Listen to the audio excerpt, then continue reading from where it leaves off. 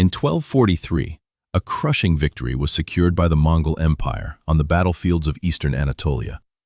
They utterly defeated the Sultanate of Rum, then considered the most formidable Turkic state in the region.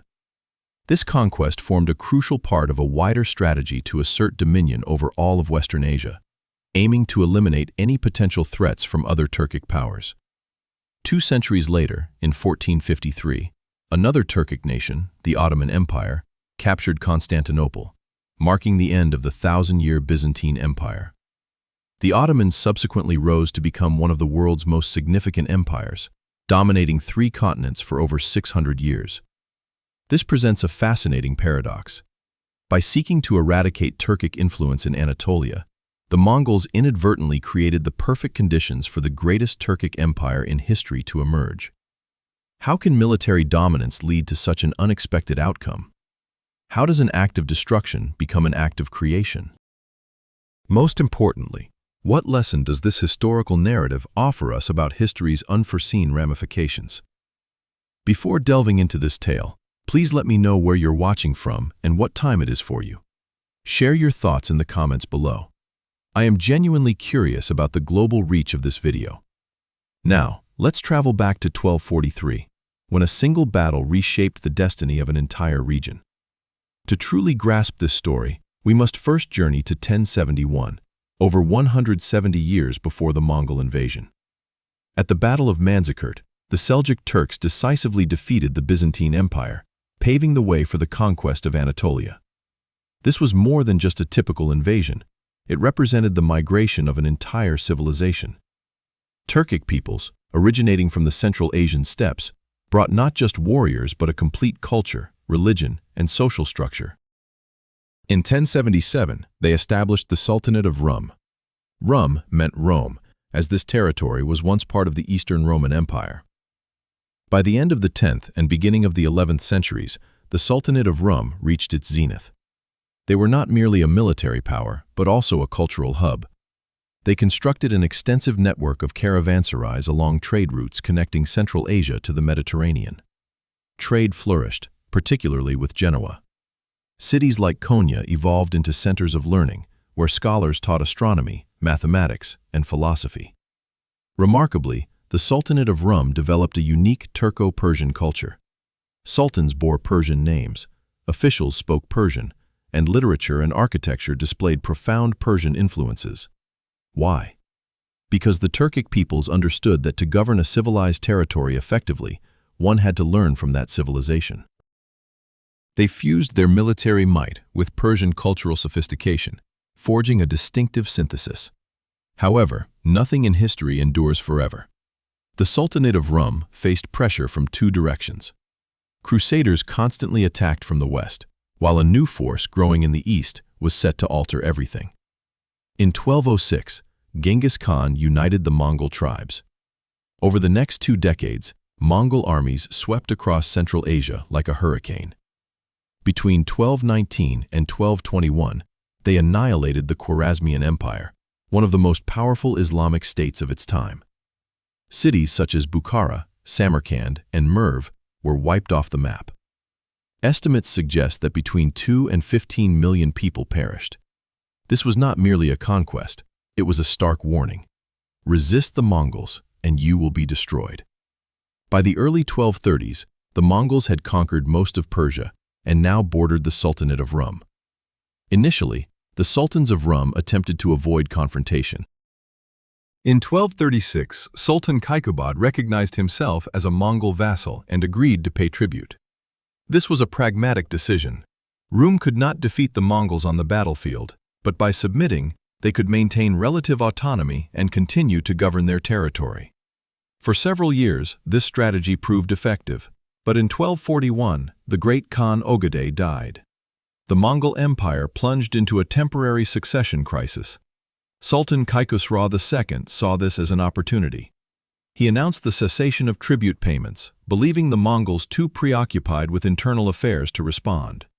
This proved to be one of history's monumental miscalculations. Kaikusra underestimated 2 critical factors. Firstly, despite their internal crisis, the Mongols still maintained a highly effective military organization. Secondly, for the Mongols, allowing a vassal to rebel without punishment would set a dangerous precedent. If Rum escaped retribution, all other vassals might follow suit. The Mongol commander Beiju summoned Khusrau to reaffirm his obedience. When the Sultan refused, Beiju declared war. Khusrau assembled a massive army of 80,000 men. He forged alliances with the Empire of Trebizond, the Ayyubids of Aleppo, and even hired Frankish mercenaries. On paper, it was an impressive coalition. Beiju, in contrast, commanded only 30,000 Mongol warriors, supplemented by detachments from Georgia and Armenia. Near Sivas and Erzincan, on Mount Kosa Dagh, their forces clashed. For most of the initial day, the Rum forces appeared to have an edge, outnumbering the Mongols by almost threefold. Yet, a critical flaw existed: a lack of cohesion and discipline. In contrast, the Mongol army, despite being numerically inferior, demonstrated exceptional training, operating with unified precision, flawlessly executing time-tested tactical maneuvers. As twilight approached, the Mongols deployed their renowned, feigned retreat strategy. When their adversaries hotly pursued, they unexpectedly turned, unleashing a barrage of arrows upon their pursuers. A wave of panic swept through the Rum troops, spreading rapidly. That very night, the entire Rum army abandoned their camp and fled. Sultan Khusra likewise fled, fearful that disloyal subordinates might defect to the Mongols. Beiju, suspecting a trap in the deserted camp, waited another day before advancing, a delay that cost him the opportunity to capture the Sultan. Nevertheless, the victory was clear. Rum never recovered from this defeat. Vizier Moin al-Din Suleiman Pervan was compelled to negotiate the terms of surrender. The monumental annual tribute Rum was required to pay included 12 million silver coins, 500 rolls of silk, 500 camels, and 5,000 sheep, collectively equivalent to 400,000 gold dinars. All these materials had to be transported to Mongolia at Rum's expense. A Mongol overseer was appointed to govern the region. The Sultan of Rum retained his title but ruled solely under Mongol directive.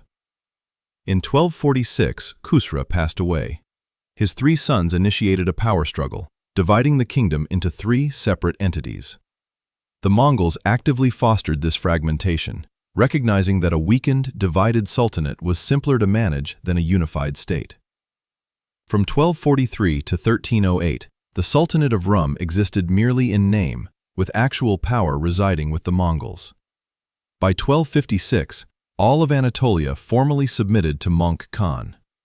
In 1264, following the death of Sultan Kilich Arslan IV, Rum was effectively governed by a Mongol provincial governor. Central authority steadily eroded, and local lords began to assert their independence. Numerous small beyliks emerged across Anatolia.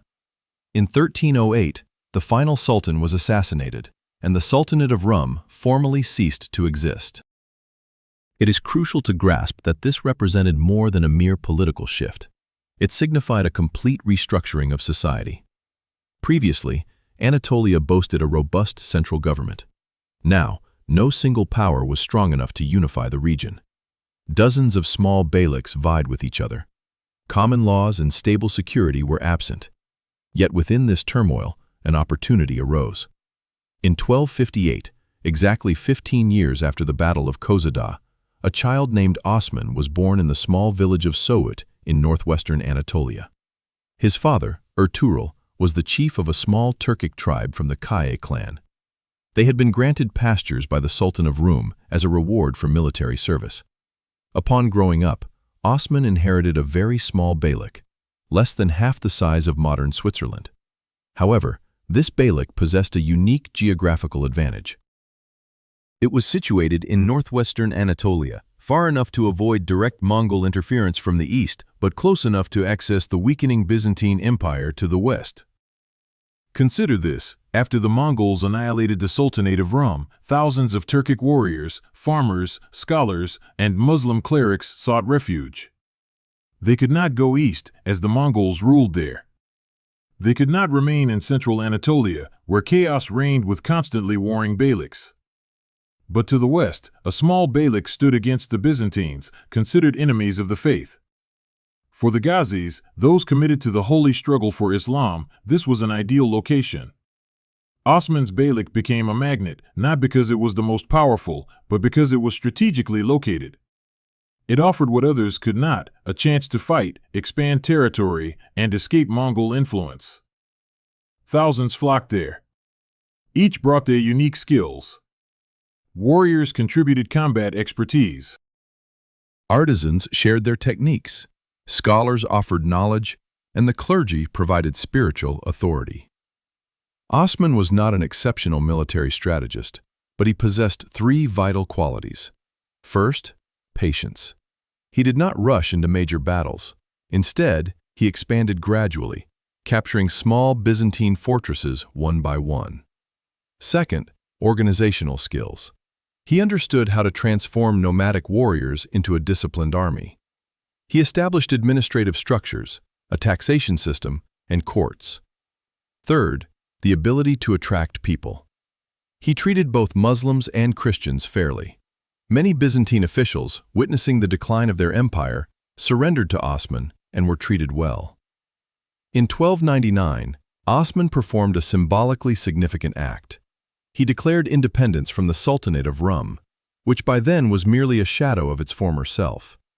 He mandated that Friday sermons in mosques be conducted in his name, rather than the Sultan of Rum's or the Mongols. This was a significant political statement. We are an independent state. The year 1299 is recognized as the founding date of the Ottoman Empire. Even though it began as a minor beylik, traversable by foot in a few days, its foundational seeds had been sown. Over the next 2.5 decades, Osman doubled the size of his territories. By 1326, his son Orhan had captured Bursa, a crucial city located just 150 kilometers from Constantinople. Bursa became the inaugural capital of the Ottoman Empire. From this base, the Ottomans systematically expanded for the subsequent 127 years, eventually conquering Constantinople in 1453 and evolving into one of the world's most formidable powers. So, how did the Mongols, one of history's most sophisticated and organized empires, inadvertently foster the very adversary they aimed to prevent? The explanation lies in 4 interconnected elements. The Mongols skillfully dismantled existing power structures. They crushed the Sultanate of Rum, but failed to establish an effective replacement. Why? Anatolia wasn't their primary focus. It was merely a peripheral province of their vast dominion. They were content with collecting tribute and perpetuating disorder to prevent any single power from becoming too dominant.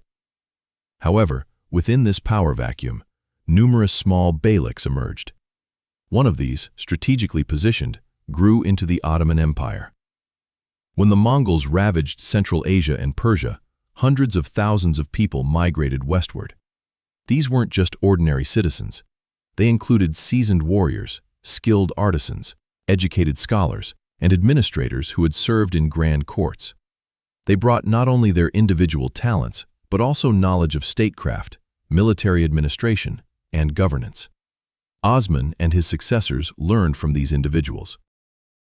The Ottomans didn't build everything from scratch. They adopted practices from preceding empires, even the Mongols themselves. Had Byzantium maintained its strength, the Ottomans would have stood no chance. However, Byzantium was severely weakened by the Fourth Crusade in 1204, when Crusaders sacked Constantinople. Add to this internal strife, economic downturns, and constant territorial losses, and Byzantium could no longer effectively counter the Ottoman threat. The Ottomans constructed their identity around the concept of Ghazi, warriors fighting for Islam. This wasn't merely propaganda, it was a genuine rallying cry that attracted fighters from across the Islamic world. While other Anatolian beyliks engaged in internal conflicts, the Ottomans focused on westward expansion into Byzantine lands. This forged a unifying mission, a shared objective for all who gathered under their banner. This serves as an excellent illustration of systemic thinking in history. The Mongols pursued a short-term objective, to eliminate the Sultanate of Rum and avert a potential threat. They succeeded completely in this task, yet they overlooked the long-term ramifications. By creating a power vacuum, channeling thousands of skilled individuals westward, and failing to establish stable replacement structures, they unwittingly created the perfect conditions for the rise of a new power. This power, the Ottomans, ultimately proved far more formidable than the Sultanate of Rum, which the Mongols had destroyed. So, what does this 780-year-old story tell us about complex systems? And history itself is an incredibly complex system. No action exists in isolation. Every decision has consequences, many of them unforeseen. The Mongols were one of history's most astute empires. They possessed superior organization, effective intelligence, and long-term strategic vision. Yet, even they couldn't anticipate that the destruction of Rum would pave the way for the emergence of the Ottomans. This doesn't imply we shouldn't act, but it does mean we must be humble about our predictive capabilities and always prepare for unintended outcomes. When you dismantle an existing power structure, you don't create an empty void, you create opportunities for new forces. The question isn't whether to dismantle or not, but rather, if we dismantle, who will fill the vacuum? If you don't have a good answer to the second question, proceed cautiously with the first. The Mongols annihilated Rum, but failed to establish strong replacement structures. The result was the proliferation of dozens of small beyliks, with one eventually evolving into the Ottoman Empire.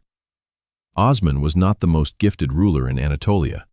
His beylik wasn't the wealthiest or most powerful, but he was in the right place at the right time. This doesn't diminish Osman's achievements. Success demands both talent and serendipity. However, it reminds us of the immense significance of context. Our choices are meaningful only within the specific context in which we operate. Osman seized the opportunity because he understood his context. He recognized his geographical advantage, the flow of refugees needing sanctuary, and Byzantium's weakening state. History is replete with such paradoxes. Well-intentioned actions can inadvertently lead to disaster. Conversely, catastrophes frequently open doors to novel opportunities. The mightiest empires sometimes emerge from the most unassuming beginnings. Take, for instance, the Battle of Kosoda in 1243, a decisive victory for the Mongols. Yet, 2 centuries and a decade later, the descendants of those they had vanquished conquered Constantinople, establishing an empire that endured for another 600 years. This serves as a stark reminder of humility, highlighting that we can never be entirely certain about the far-reaching repercussions of our deeds. What appears to be an unequivocal triumph today could very well sow the seeds of future setbacks. Conversely, what seems like utter defeat might create the perfect conditions for impending successes. And this, perhaps, is the most profound lesson. Proceed with caution. Always be prepared for shifts, and never assume you fully grasp all the ramifications of your choices. So, we've explored one of history's great ironies, how the Mongols, in their quest to dismantle Turkic power, inadvertently paved the way for the most formidable Turkic empire ever to exist. Now, I pose this question to you. Have there been instances in your own life where actions produced outcomes entirely contrary to what was anticipated? Perhaps a decision that seemed right sparked difficulties, or a failure uncorked new pathways. Please share your experiences in the comments below. A personal anecdote about unforeseen consequences often offers more insight than any textbook. If this video offered you a fresh perspective on history or life, kindly give it a like and subscribe to support the channel. And don't forget to ring the bell so you don't miss out on future historical narratives. It's a story not just about the past, but about understanding our world.